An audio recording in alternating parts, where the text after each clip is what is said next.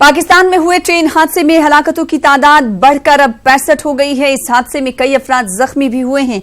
उनमें बेशतर की हालत तशवीशनाक बताई जा रही है। हादसा गैस सिलेंडर फटने से हुआ और देखते ही देखते पूरी ट्रेन इसकी जद में आ गई। यह हादसा रहीम यान खान के इलाके लियाकतपुर के करीब हुआ। राहत कार्य में मामूर अफसर ने मीडिया से बातचीत करते हुए कहा है कि 65 अफराद अब तक जाबाहक हुए हैं। ट्रेन कराची से रावलपिंडी जा रही थी, इसी दरमियान ये हादसा पेश आया और इस हादसे की जद में आते हुए बताया जा रहा है कि अब तक जो तादाद है हलाकतों की मुसाफिरीन की वो 65 हो गई है। इस हादसे में कई अफराद जख्मी बताए जा रहे हैं, जिन्हें इलाज मुआलजा के लिए अस्पताल में दाखिल करने का सिलसिला भी जारी है। वहीं कई की हालत बताया जा रहा है कि नाजुक बनी हुई है। हादसा गैस सिलेंडर फटने से हुआ है और देखते ही देखते पूरी ट्रेन इसकी जद में आ गई। आप तस्वीरों के जरिए देख सकते हैं, ये उस वक्त की तस्वीरें हैं जब इस ट्रेन को हादसा पेश आया था।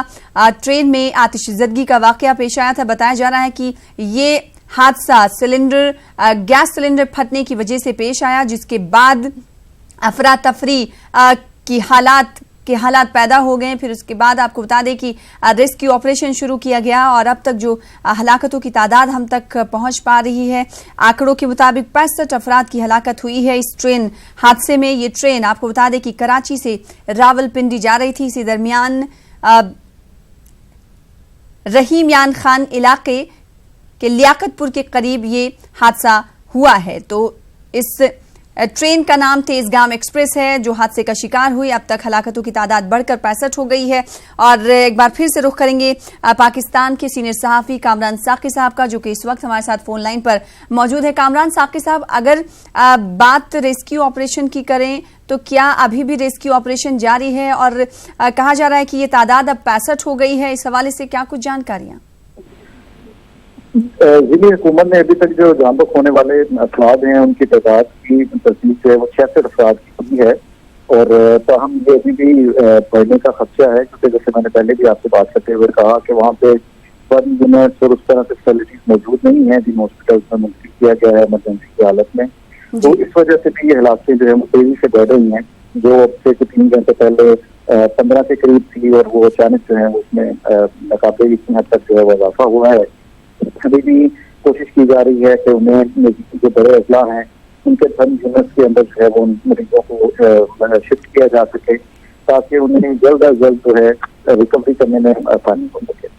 जी कामरान साकी साहब, जिस इलाके में ये हादसा पेश आया, ये जो रिहायशी इलाके हैं या फिर जिले हैं, उस तस्वीरों के जरिए ये हम देख पा रहे हैं कि दूर दराज इलाके में ये वाकया पेश आया है। ऐसे में अगर रेस्क्यू टीम की बात करें तो उसकी जानिब से भी दुश्वारियां पेश आ रही होंगी।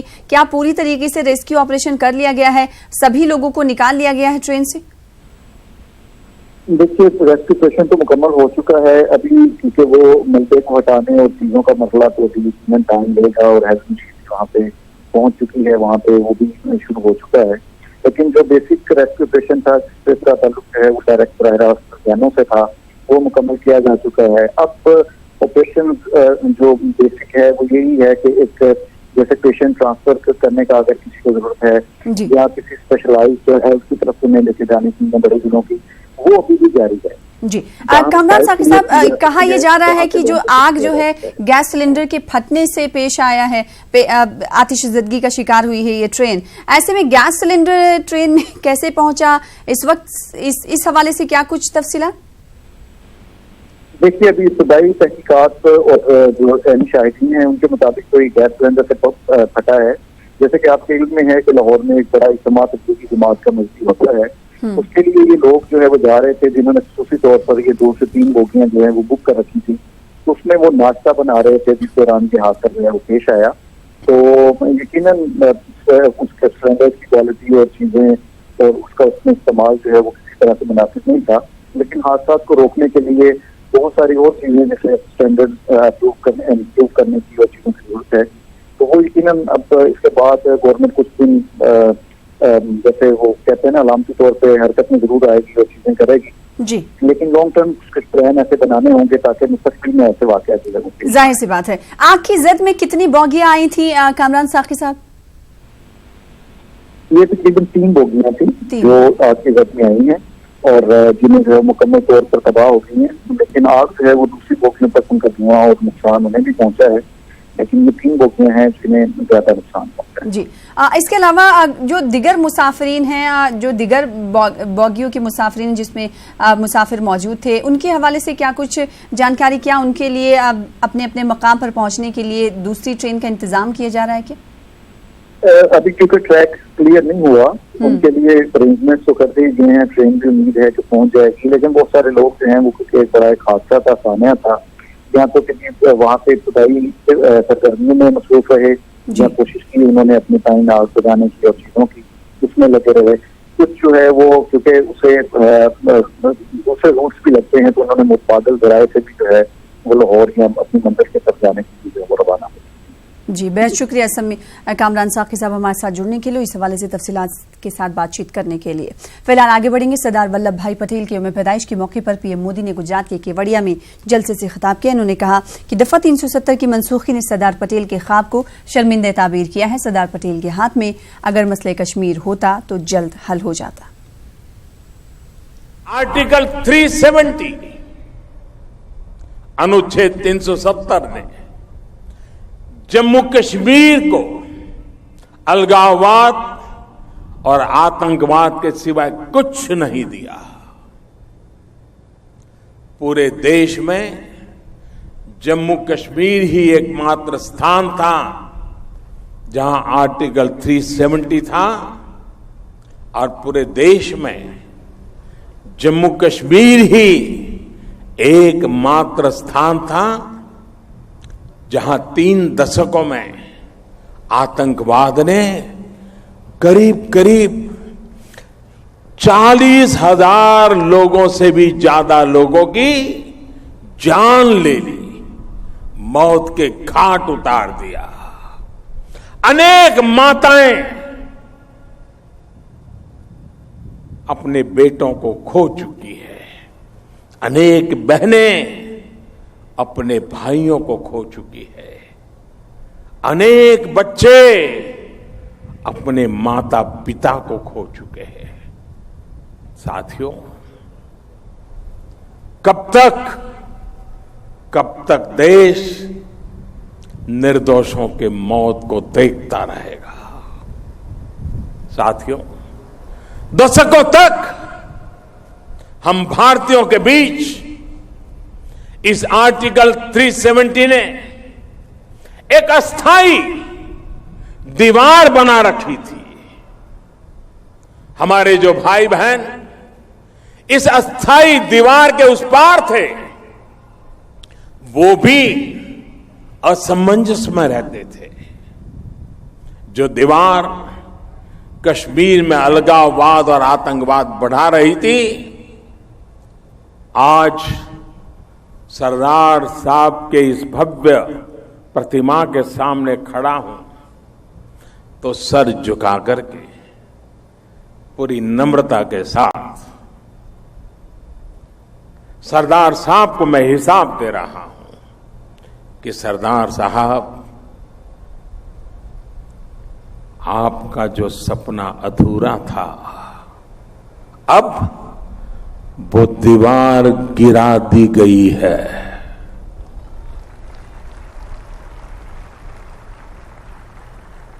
भाई और बहनों, कभी सरदार पटेल ने कहा था कि अगर कश्मीर का मसला उनके पास रहा होता तो उसे सुलझने में इतनी देर नहीं होती। वो देश को आगाह करके गए थे कि जम्मू कश्मीर का भारत में पूरी तरह एकीकरण ही एकमात्र उपाय है। आज उनकी जन्म जयंती पर मैं आर्टिकल 370 को हटाने का फैसला आज इस भव्य प्रतिमा के सामने खड़े रह करके, जहां पर भी सरदार साहब की आत्मा होगी, भारत की संसद ने भारी बहुमत से के साथ 5 अगस्त को जो महान निर्णय किया है, उस महान निर्णय को। और इस वक्त बड़ी खबर महाराष्ट्र से आ रही है। महाराष्ट्र में बीजेपी और शिवसेना का इत्तेहाद बरकरार रहेगा या नहीं, ये सवालिया निशान है। तातुल खत्म करने के लिए हालांकि बीजेपी और शिवसेना के बीच बातचीत कहा जाना की होगी। जराये के हवाले से बड़ी खबर आ रही है। लगातार हम देख रहे हैं कि दोनों पार्टियों के दरमियान रस्साकशी जो है वो खत्म होने का नाम नहीं ले रही है। इस बीच जराये ये कह रहे हैं कि तातुल खत्म करने के लिए बीजेपी और शिवसेना के बीच बातचीत होगी। बीजेपी शिवसेना को डिप्टी सीएम का ओहदा दे सकती है। हालांकि शिवसेना बजिद है सीएम के ओहदे को लेकर, और साथ ही साथ बीजेपी 13 कलमदान की भी पेशकश शिवसेना को कर सकती है। तो इस वक्त की बड़ी खबर आज महाराष्ट्र के हवाले से ये बड़ी खबर है। महाराष्ट्र में बीजेपी और शिवसेना का इत्तेहाद बरकरार रहेगा। तातुल खत्म करने के लिए बीजेपी और शिवसेना के बीच अब बातचीत होगी। जरा ऐसा कह रहे हैं क्योंकि गुज़िश्ता दिनों हमने देखा जैसे ही नतायज आया उसके बाद से लगातार ये रस्साकशी शुरू हो चुकी है और सरकार बनाने को लेकर शिवसेना और बीजेपी के दरमियान ठनी हुई है। इस बीच बड़ी खबर ये आ रही है कि अब जो रस्साकशी है जो कि इख्तिताम को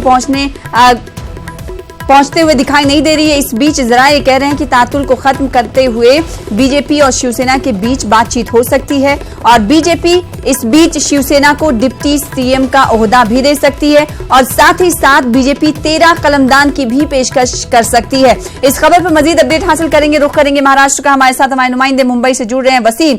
वसीम, इस बड़ी खबर को लेकर क्या कुछ तफसीलात आपको मिल पा रही है? कहा जा रहा है कि अब शिवसेना और बीजेपी के दरमियान बातचीत हो सकती है और जो कलह है वो मिट सकती है कुछ पेशकश के साथ।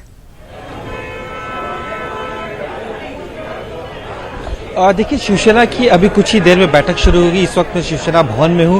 जितने भी विधायक जो चुने गए हैं इस बार वो यहां पहुंचे हैं। साथ ही जो सहयोगी दल जो विपक्ष के जो इंडिपेंडेंट उम्मीदवार है वो उनके साथ होंगे। आज बाकायदा ये बैठक काफी अहम मानी जा रही है। इस बैठक में उद्धव ठाकरे कई बड़ा फैसला ले सकते हैं। जहां तक एक जो खबरें आ रही हैं कि बीजेपी की तरफ से पेशकश किया गया है, तो हमने जब उद्धव ठाकरे ने पहले ही साफ कर दिया कि इस तरह की कोई पेशकश उन्होंने नहीं की और न बीजेपी की तरफ से आई है।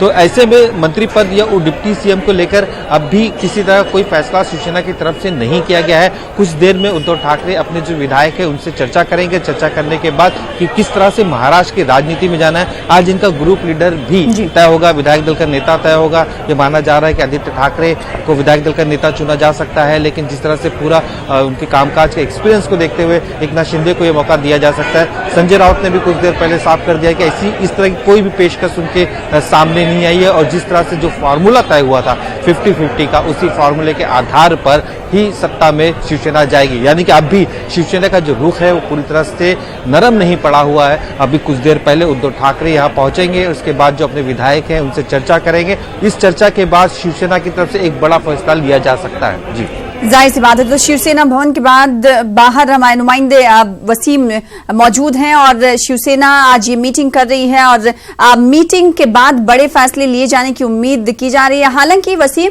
हमने देखा है कि बीजेपी अपनी दलीलें दे रही तो वहीं शिवसेना के भी अपने दलाल हैं। ऐसे में आज जो पेशकश की गई इस हवाले से भी आपने कहा कि इसका तर्क भी शिवसेना ने दे दिया कि हमारे सामने कुछ नहीं बीजेपी की तरफ से पेशकश की गई है। ऐसे में दोनों पार्टियों की तरफ से कहा जा रहा है अपनी अपनी बातें, लेकिन कोई नतीजा निकलकर नहीं सामने आ रहा है। क्या ये आज माना जाए कि आज शिवसेना की मीटिंग के बाद कोई ना कोई नतीजे पर पहुंचती हुई दिखाई देगी महाराष्ट्र की राजनीति?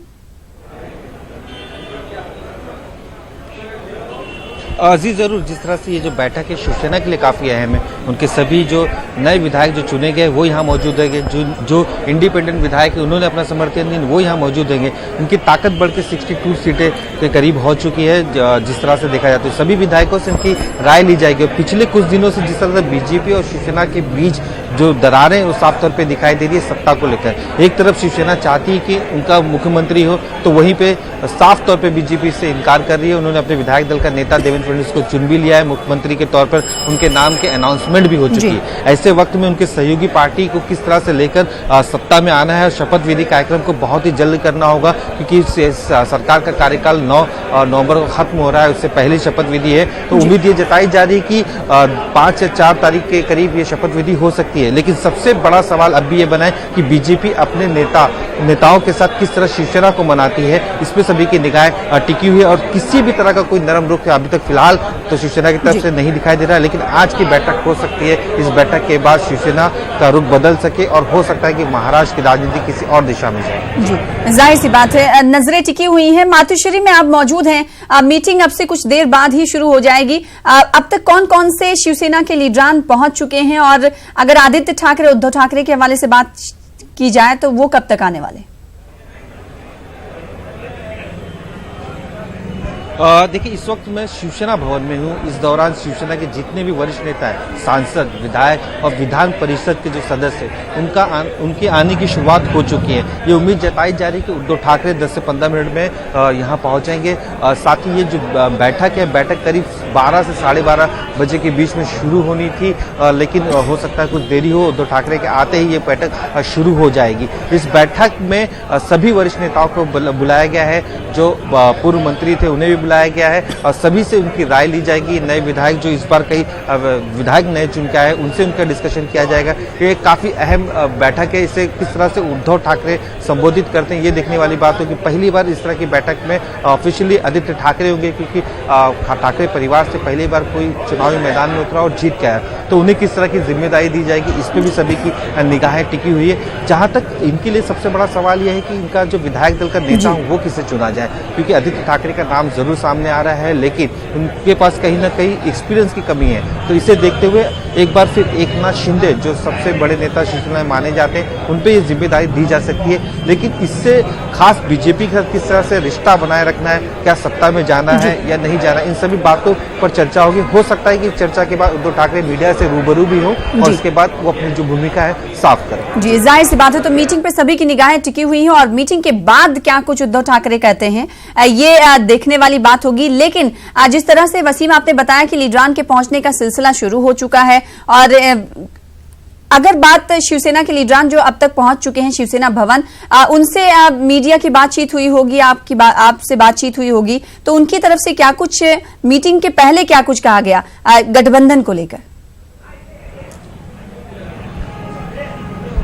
देखिए, अभी हमने कुछ देर पहले मनोहर जोशी यहाँ पहुंचे, चंद्रकांत खैरे यहाँ पहुंचे और कई विधायक यहाँ पहुंचे, उनसे हमने बात करने की कोशिश की, लेकिन सभी ने कहा कि आखिरी फैसला उद्धव ठाकरे लेंगे। हमने अपनी जो भूमिका है मातोश्री के दौरान जब बैठक हुई थी, उस दौरान हमने अपनी भूमिका साफ तौर पर रख दी थी कि हमें सत्ता में 5 साल अगर रहना है बीजेपी के साथ तो हक के साथ रहना है, और जब तक लिखित में इनकी तरफ से हमें आश्वासन नहीं दिया जाता है तब तक हमें गठबंधन में नहीं जाना चाहिए। इस तरह की जो बातें शिवसेना के जो विधायकों ने पहले ही उद्धव ठाकरे के सामने रख दी है, लेकिन अब फिर दोबारा उद्धव ठाकरे उनका मन टटोलने की कोशिश करेंगे, उनकी राय जानने की कोशिश करेंगे, क्या वो विधायक उनके साथ है, क्योंकि अक्सर दावा भी किया जा रहा है बीजेपी के कुछ नेताओं के साथ कि अगर ये सत्ता बीजेपी अलग होती है तो उनके कई विधायक है बीजेपी को समर्थन देने को तैयार है। इस तरह की बातें भी अक्सर दोनों के बीच में आती रहती, तो उद्धव ठाकरे इन सभी परिस्थितियों का जायजा लेंगे और जायजा लेने के बाद ही कोई फैसला करेंगे, क्योंकि विधायकों ने अपना जो मन है वो बता दिया, अपनी राय बता दी है कि जब तक लिखित में किसी तरह का आश्वासन बीजेपी की तरफ से नहीं दिया जाए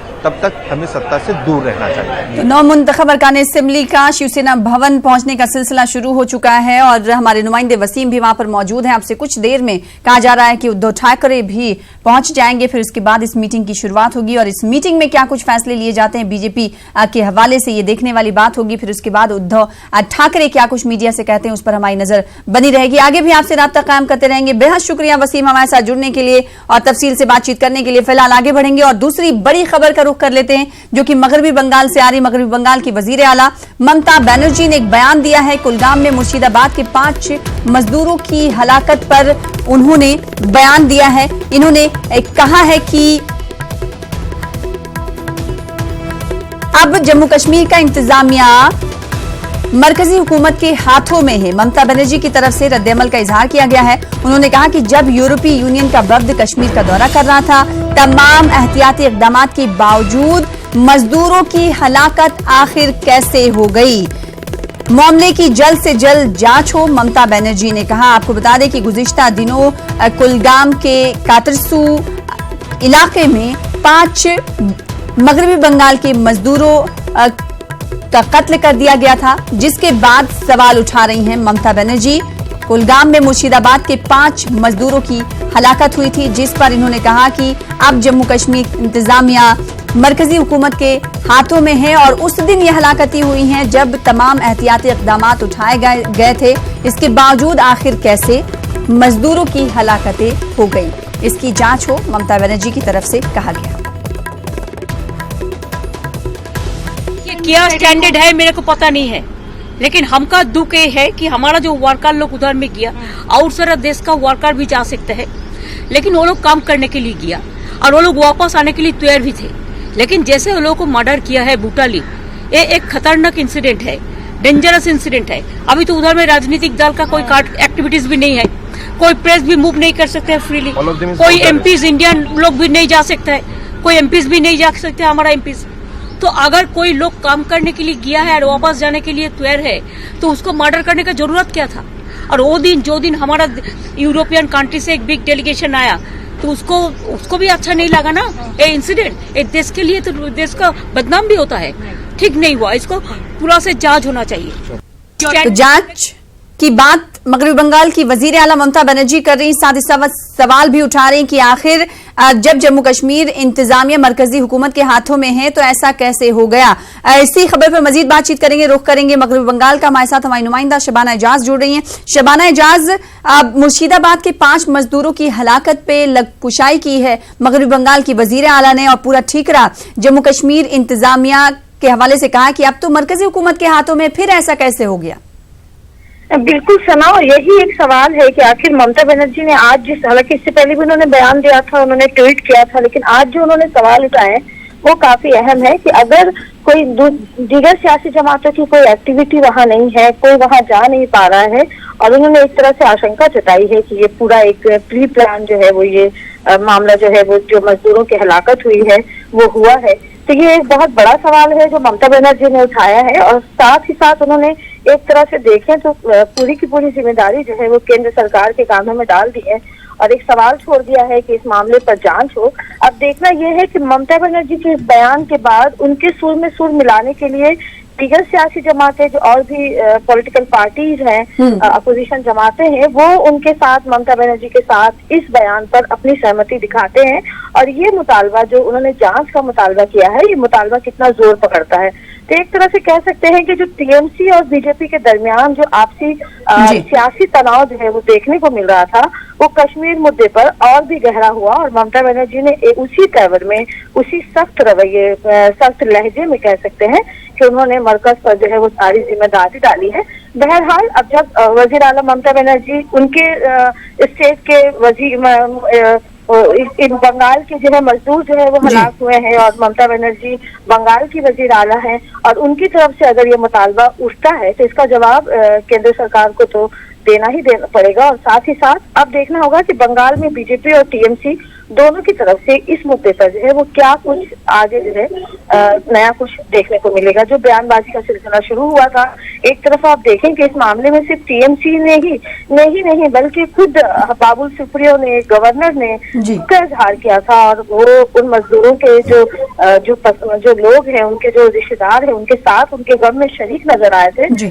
अब जो बयानबाजी का सिलसिला शुरू हुआ है, एक तरह से ममता बनर्जी ने जिस तरह से कहा है कि इसकी सारी जिम्मेदारी जो है वो कहीं ना कहीं जो है वो केंद्र सरकार के कांधों पर डाली है, तो अब इस मामले पर बीजेपी और टीएमसी के दरमियान जो है वो बयानबाजी भी बंगाल की सतह पर तो देखने को मिलेगी, लेकिन नेशनल लेवल पर दीगर सियासी जमातें ममता बनर्जी के साथ कितना सुर में सुर मिलाती है और इस मामले पर वो कितना एक सहमति होती है, वो देखना अहम होगा। जाहिर सी बात है, अब देखना ये होगा कि बंगाल में इस हवाले से दीगर पार्टियों के लीडरान की तरफ से क्या कुछ रद्द-ए-अमल का इजहार किया जाता है। बेहद शुक्रिया शबाना एजाज हमारे साथ जुड़ने के लिए और तफसील फराहम करने के लिए। फिलहाल एक और बड़ी खबर आ रही कुलभूषण जाधव के हवाले से। कुलभूषण जाधव मामले में आईसीजे के प्रेसिडेंट जज अब्दुल कवी यूसुफ ने अक़वाम मुत्तहिदा की जनरल असेंबली से कहा है कि कुलभूषण मामले में पाकिस्तान ने वियना कन्वेंशन की खिलाफ वर्जी की है। इस वक्त की बड़ी खबर आपको दे रहे हैं,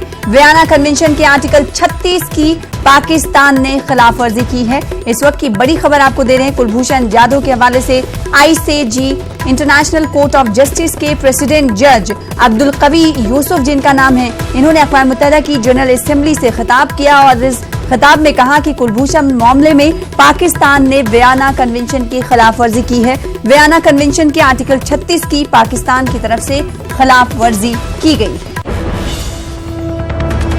तो हिंदुस्तान की बड़ी जीत, एक तरीके से इसे समझा जा सकता है कि आईसीजे का प्रेसिडेंट जज ये कह रहा है अक़वाम मुत्तहिदा की जनरल असेंबली में कि कुलभूषण मामले में पाकिस्तान की तरफ से वियना कन्वेंशन की खिलाफ वर्जी की गई है। वियना कन्वेंशन के आर्टिकल 36 की पाकिस्तान ने खिलाफ वर्जी की है, ये कहना है इंटरनेशनल कोर्ट ऑफ जस्टिस के प्रेसिडेंट जज अब्दुल कवी यूसुफ का।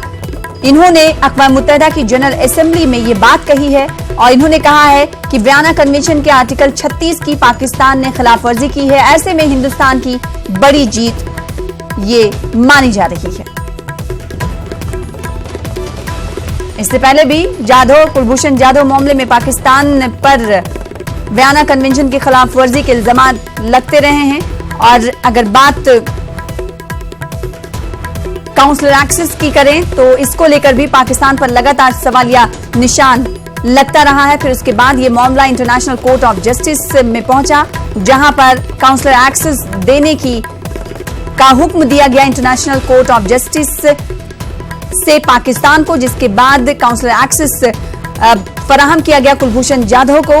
और इस बीच आईसीजे के प्रेसिडेंट ने कहा है, अक़वाम मुत्तहिदा की जनरल असेंबली में कहा गया है कि कुलभूषण मामले में पाकिस्तान ने वियना कन्वेंशन की खिलाफ वर्जी की है। इस खबर पर मजीद बातचीत करेंगे, हमारे साथ हमारे नुमाइंदे शैलेंद्र वांगू जुड़ रहे हैं। शैलेंद्र वांगू, बड़ी खबर है, अक़वाम मुत्तहिदा की जनरल असेंबली में आईसीजे का प्रेसिडेंट जज ये कहता है कि कुलभूषण मामले में पाकिस्तान ने वियना कन्वेंशन की खिलाफ वर्जी की है।